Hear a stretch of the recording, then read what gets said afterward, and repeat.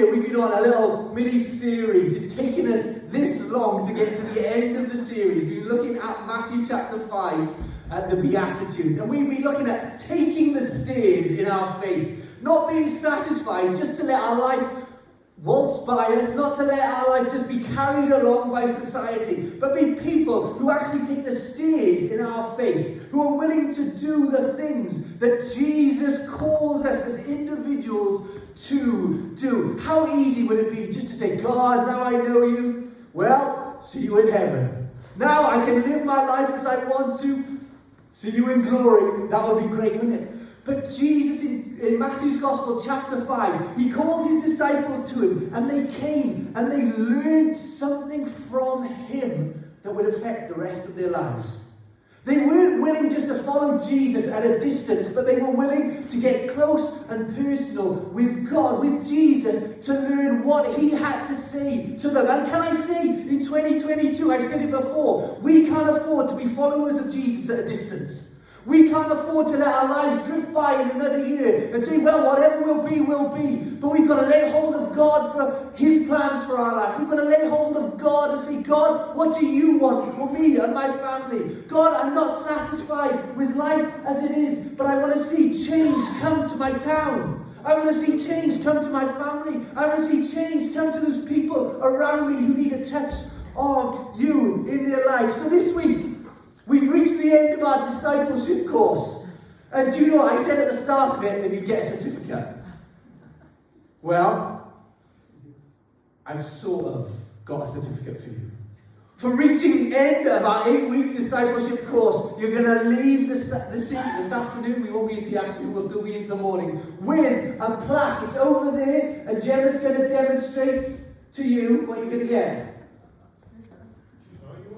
No, I am, okay. There you go. Listen, you're going to walk away with this. You can put it wherever you want. Put it on your place of work, your desk. Put it on your bedside table. Put it somewhere in your house just to say, this year I'm taking the stairs in my faith. This year I'm not looking back, but I want to go forward into all that God has for me. And we're looking at this verse from the Beatitudes today. The last one, it says this: Blessed are those who are persecuted because of righteousness, for theirs is the kingdom of heaven. Blessed are those who are persecuted because of righteousness, for theirs is the kingdom of heaven. I've got to be honest with you. Usually when I speak on a Sunday morning, I quite often talk with someone beforehand and say, listen, I'm thinking of this, or this is what I'm calling my message today. Does it sound all right? Does this illustration work? Does that work? Am I completely up the wrong path here on this thing? I've got to say this morning, I haven't checked it with anyone, but I've given my title maybe a little bit of a strange title this morning. I haven't checked it with anyone, so will you forgive me if it's a little bit in your face? No, you're not going to forgive me, okay. Well, guess what? You're getting it anyway, because this is the title of what I want to talk about this morning. It's Weaklings, Wimps, and Wusses. Weaklings, Wimps, and Wusses. Now that's not because it's a W theme with the Welsh National Day coming up this week, but that's what I want to talk to you about today. Because if anything, the Christian faith isn't for weaklings, wimps, and wusses. You look at the early church and what happened to the disciples of Jesus, people who gave their life to Jesus, people who were willing to follow him, full heart, body, mind, and soul. And listen, most of them were martyred for their faith. Most of them society rejected. Most of them, they wouldn't be able to get a job because they were so extreme in what they believed that society wouldn't have had anything to do with them. So Christian faith, folks, being a disciple of Jesus isn't about being a weakling, isn't about being a wuss. How many people at school, maybe as you were growing up, oh man, you're a Christian, you go to church, you're a wuss, you're a wimp. Can I say that was not the experience of the early church? That was not the experience of Jesus, his followers. But let me put some just statistics up on the screen for you about the early church and the persecuted church in the world today.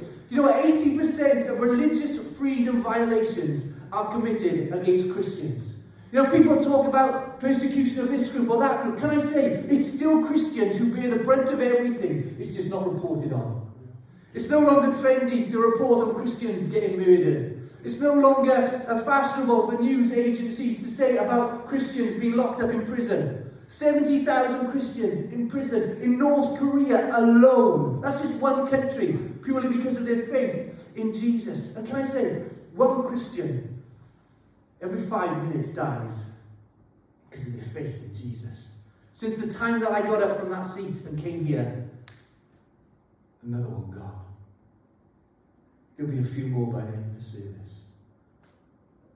So I want to say for you this morning, being a Christian is not about being someone who's weak, being someone who's a wimp or a wuss. Hebrews 13 says this, remember those who are in prison as if you were in prison with them. Remember those who are suffering as if you were suffering with them. You know, folks, we can't just forget about people who are being persecuted. We can't forget about 70,000 people in prison because of their faith.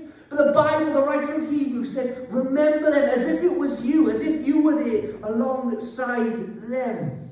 2 Timothy, it says this, anyone who belongs to Christ Jesus and wants to live right will have trouble from others. There's a guarantee in the Christian faith. There's a guarantee to the people who are getting baptized. There's a guarantee for those who accepted Jesus as their Lord and Saviour. You will have trouble. It's not optional. It's not as if it might come. It's not as if, oh, maybe I just might scrape through this, through the Christian life and not get any trouble. You will receive trouble. That's what Paul says to Timothy.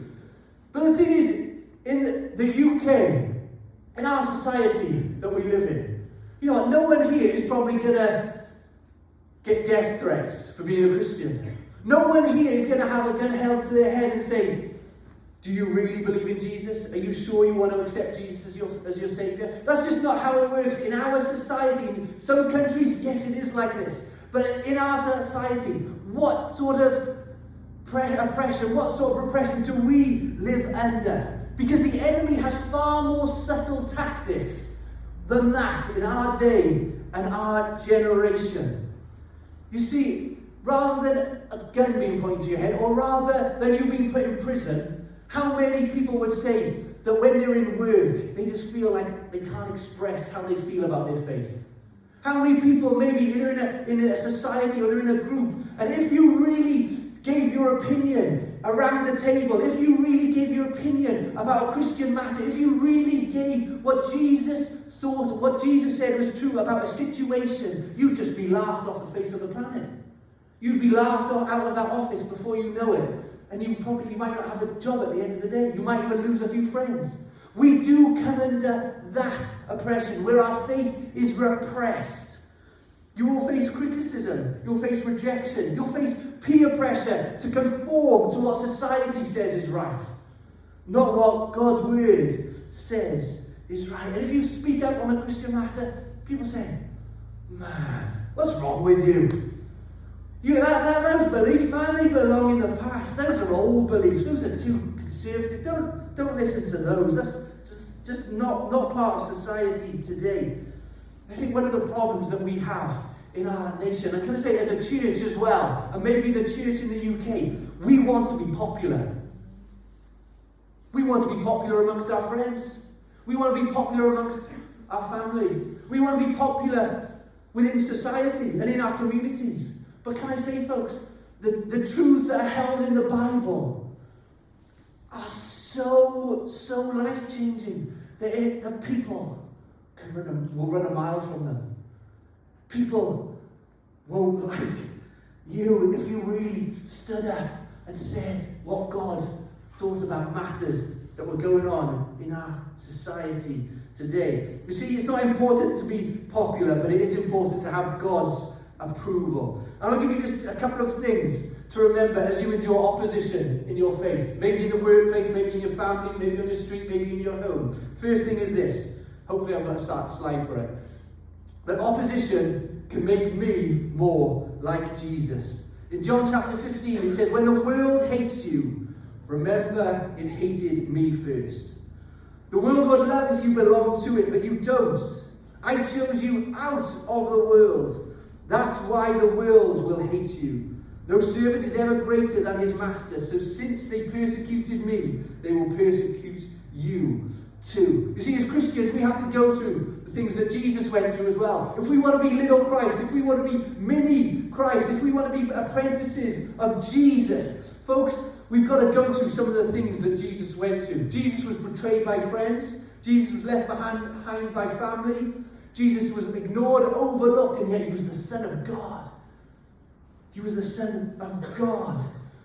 Jesus was always hated. Let me say, evil always hates goodness. How many of you, when you wake up in the morning, the light maybe goes on, and what's the first thing you do? Maybe if it's dark outside, what happens? Oh man, your eyes wince back into, oh, who turned the lights on? Maybe I'm just looking at my wife and my children when I say that. But you know, you flick the light on, and it's in a dark place, and automatically you don't want to see the light. And can I say, the darkness that is around us in society hates the light of the Bible, hates the light of Jesus, hates the light of what we have to say. If Jesus came back in our culture today, in love, in grace, and in mercy, someone said this, they'd still crucify him. They'd still crucify Jesus today. We think we've come a long way in society in 2,000 years. Folks, I don't know if we have or not. We'd still crucify him. But opposition to your faith can make you more like Jesus. Jesus had to go through opposition from friends, family, the authorities at the time. And as we do the same, listen folks, it can make us more like him. Second thing opposition can do to you and me. Opposition, it will deepen my faith. It will deepen my faith. In 1 Peter chapter 1 verse 7 it says this, these troubles will prove that your faith is genuine. Just as gold is purified by fire and heat, so your faith, which is far more precious than gold, must also be purified by fire, so that it may endure. Then you will receive praise, glory, and honor on the day that Jesus Christ is revealed to the world. Purified by fire. You know what? Sometimes you see these diamonds, don't you? Maybe in a jeweler's shop. You see these diamonds and they're so sparkling. You know, Valentine's Day has just come and gone, isn't it? But diamonds that are shiny, that are clear, that are so valuable. Do you know the process that diamonds have to go through to get to that state is incredible. They've got to go through a process of extreme heat coming on the rock, extreme heat and pressure coming on the elements in that rock so that it will become into a diamond. It has to undergo pressure so that it is changed into something precious. And you know what? It's the same with our faith. There's something that we must go through. We must go through the fire. We must go through the trial, the heat, be purified by fire and heat, so that our faith comes out more precious than gold. If you want to go to the gym and you exercise out, you know, if you want to lift weights and you want big muscles like Austin, or you want big muscles like Rodri, you know what? You've got to put some weight, or Josh here. You've got to put some weight on the bar. You've got to put some pressure on the other end of the rope so that when you lift it, it develops your muscle. When you pull on it, it creates pressure and strain and tension. You don't get big and strong by lifting puny weights. You don't get big and strong by just lifting something the size of this. That won't generate anything because there's no resistance in it. But when you undergo resistance to your faith and opposition, let me tell you, that is how your faith grows. That is how your faith goes. You go through some hard stuff and you come through it at the other end, let me tell you, your faith will have grown. The people with strongest faith in our world at the moment are the people going through the greatest opposition. The people facing the greatest hardship. We have it so easy, don't we, in the UK? Let's be honest. We have it so easy. And that's sometimes, folks, why our faith just lets us down. But when we go through opposition, that's when we grow and our faith deepens.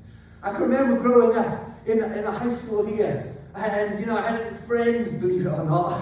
I had friends, and you know, I'd get on with them, I'd play lots of sport with them, do work, whatever, have a good time. And there was one lad, and he would always call me this nickname. Do you know what it was? It was a nickname. And you know, I really wanted to punch him, Ben, if you're watching, okay? I really wanted to knock his lights out. I really wanted to take him to town, but he was about twice the size of me. And do you know what he called me? He called me Priesty Boy. Oh, I know, come on, Priesty Boy. And I thought, I just get the chance maybe one day when I'm a bit bigger, maybe when I'm 6 foot, I could take him out. Maybe I'll get my friends and we'll go around and pay him a visit. Calling me Priesty Boy. If only he could see me now, eh? He was speaking into my future, wasn't he? He was prophesying something. But you know what? I hung in there. I hung in there. Let me give you 6 things to do as we live in a society that not only rejects God, but society that is becoming more and more anti-God. A society that is becoming more and more anti-Christian. First thing, folks, if we're going to be followers of Jesus, if we're going to take the stairs this year, is that we've got to make sure, don't be surprised, don't be shocked when we face opposition. People get up in your grill about coming to church, get over it. People get up in your grills calling you a Christian, get over it. People take the mick out of you for bringing your family week in, week out, get over it. Get over it. Don't be surprised. 1 Peter chapter 4 says this, dear friend, don't be surprised or shocked when you go through painful trials that are like walking through fire, as though something unusual is happening to you. As a Christian, you've got a target on your back. The enemy wants to take you out. The enemy will do all he can to stop you coming into church on a Sunday. I meet someone on a Sunday, maybe they're a Christian who's relatively new, or someone who's connected with us here in the church. Guarantee the first thing that will come along in their life, something came up on a Sunday. Just can't make it this morning. I've got football training. Happens on a Sunday, I can't make it. Car breaks down on a Sunday, can't get there. Can I say, don't be surprised when it happens, but get to grips. Realize that the enemy is wanting to prevent you encountering God. It's not unusual. Who can remember the song, Tom Jones, It's Not Unusual? Don't sing it. It's not unusual to have a target on your back as a Christian because the enemy wants to take you out. Don't be shocked. The second thing is this. Don't be afraid. Don't give in to fear when opposition comes against you. 1 Peter chapter 3 says this. If you suffer for doing what is right, God will reward you for it. Let me speak to some people. Maybe you've done the right thing. The right thing in your life. You faced opposition. The right thing, but you lost out. The right thing, but maybe you missed a job opportunity because you didn't want to work on a Sunday. The right thing, but things didn't go your way. Can I say, I want you to stand on this verse. 1 Peter chapter 3. If you suffer for doing what is right, God will reward you for it. God will reward you for it. So don't be afraid and don't worry. Instead, worship Christ as Lord of your life. And if you are asked about your Christian hope, always be ready to explain it. I don't know about you, but when things come along, anyone else worry? Anyone else maybe start to panic? How about, folks, we just become a people, rather than people who are known for our worry, we're known for our worship. Rather than being a people who panic, we're known for people who pray. Turn our worry into worship. Turn your panic this week into prayer. And don't be afraid. How do you get rid of fear? I think I said this last week. Perfect love casts out all fear. Spend time with God. Spend time alone. Turn the TV off. Turn your phone off. Leave the emails. Put the kids in another room. Lock them away. And just get alone with Jesus. Get alone with Jesus and say, Jesus, speak to me through your word. Jesus, I want to worship you. I need time with you. Fill me with your love, because your love casts out all fear. Don't be surprised. Don't be shocked. Don't give in to fear. Next one, don't be ashamed when opposition comes along. The enemy would love to shame you. 1 Peter 4 says this. It is no shame to suffer for being a Christian. Instead. Thank God for the privilege of being called by his name. Some of us, we long for the approval of others. Maybe it's the approval of your family to accept you. Maybe it's the approval of your family to accept your faith. Maybe it's a friend or a colleague to accept you. Can I say this to you this morning? You don't need other people's approval to be happy. You choose how happy you're going to be when you wake up every morning. You choose your attitude to life. You choose how your day is going to go. You choose to be in the right state of mind. You don't need other people's approval to be happy. Come on, let's do the next thing. We're going fast.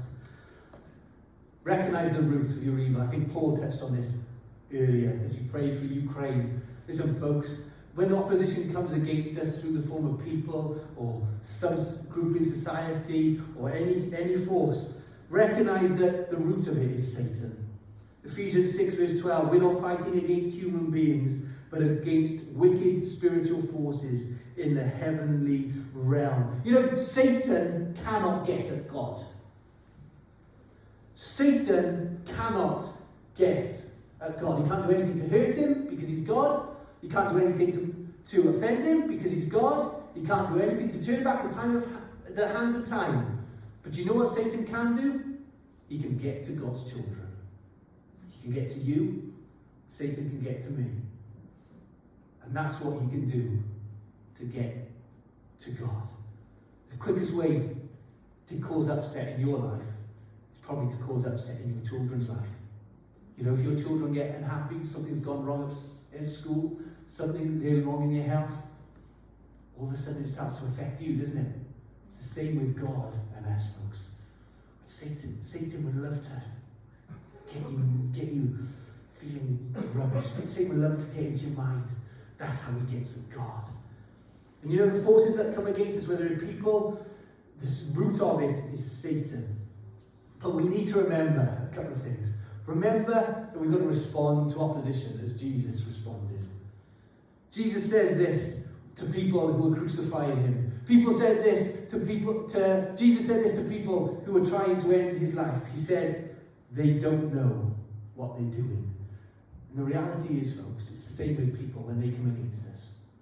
It's maybe the enemy is using them as a tool, but the root of it is Satan. When they hurled insults at Jesus, in 1 Peter it says that he did this. They called him every name in the book, and he said nothing back.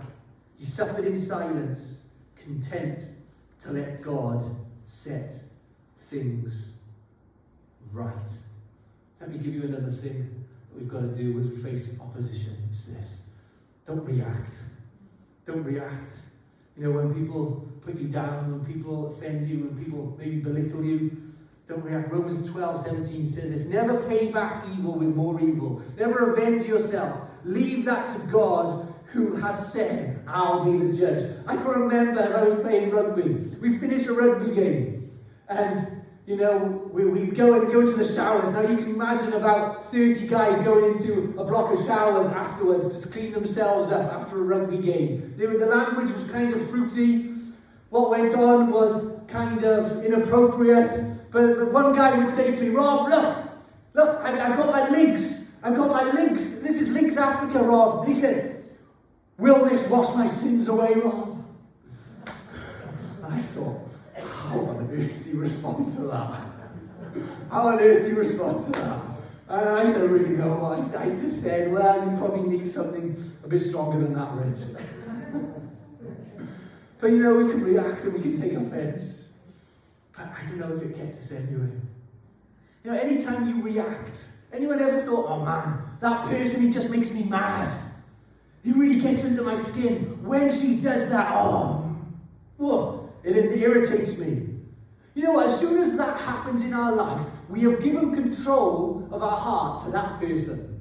That person is dictating our attitude. That person is dictating our feelings. We've literally just relinquished control over to them and allowed them to affect how we're feeling. We've got to be more healthy than that, folks. We can't react in that way, but we've got to realize that people will try and come against us. People might oppose us. Thanks, folks. Let it go over you. Let it go over you. Because when you retaliate, actually you're the weak party. When you retaliate, they're the ones who are in control of the relationship, not you. Be in control of your feelings.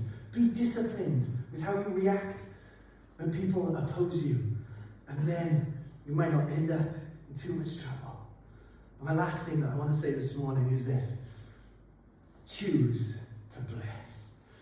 Choose to bless others when they oppose you. Romans 12:21 says this. Do not be overcome by evil, but overcome evil with good. You think, oh man, God, really? Really? You want me to pray about those people who I don't like? God, could you just please take this part out of the Bible so that I don't have to pray about my enemies? God, can I Tipex this part out of the Bible so that I don't have to do it? Because in Luke chapter 6, Jesus says this, love your enemies, do good to those who hate you. Bless those who curse you, pray for those who hate you. If someone slaps you on one cheek, turn the other cheek. Oh my God, aren't you going overboard here? Aren't you going OTT, expecting us to bless our enemies, expecting us to pray for those people who want bad in our lives? Can I say, folks, there's a price to pay for following Jesus. And that's what taking the stairs is all about. You know what, when we do that, I don't think there's any greater witness to the world than us praying for our enemies. There's no greater witness to those who dislike us, who come against us, and say, I'm going to pray for God's blessing on their life. I'm going to pray that God would heal them and their family. I'm going to pray that their children would know God like never before. I'm going to pray that they would be blessed financially, with physical health, in every manner. That's what God calls us to. As hard as it is, that's what God calls us to do. Christianity ain't for weaklings, ain't for wimps, ain't for wusses. Matthew, Gospel chapter 10 says this, but for those who declare publicly that they belong to me, I will do the same for them before my Father in heaven. You know, folks, and I close and finish. God is looking for men and women who will stand up in this day and generation. And I want to give you some work to do this week. I want you to take a step out of your ordinary boat of life. To take a step of faith and say, God, may I just do something this week that is going to cause a reaction in people. And I want to say, maybe this week you're going to take your Bible into work with you and put it on your desk. And you're going to leave it there. Or maybe this week, you're going to go some places in town and you're just going to stand publicly in front of people and you're going to pray over places in our town. Maybe this week you're going to get a phone out, you're going to send a text to say to some people who don't know Jesus, but people that you've been praying for, and you're just going to say, hey, I'm praying for you. And you're just going to leave it at that. And can I say, who knows what they'll come back with? They might say, God, he's hard. Can I say? They already probably think that you're hard anyway, coming to church on a Sunday. What's the worst that they can do? Delete you from your phone book? What's the worst that they can do? Say, hey, don't say that again. What's the worst they can do? Defriend you from Facebook? Kick you off your Instagram account? What's the worst? No one has ever, I don't think, said, hey, no, I don't need prayer. Actually, life is all together for me and everything's fine. I don't need your prayers. Hey, you never know, they might just say, turn around and say, thanks for praying for me. You didn't know what I was going through. Come on, let's close our eyes in prayer.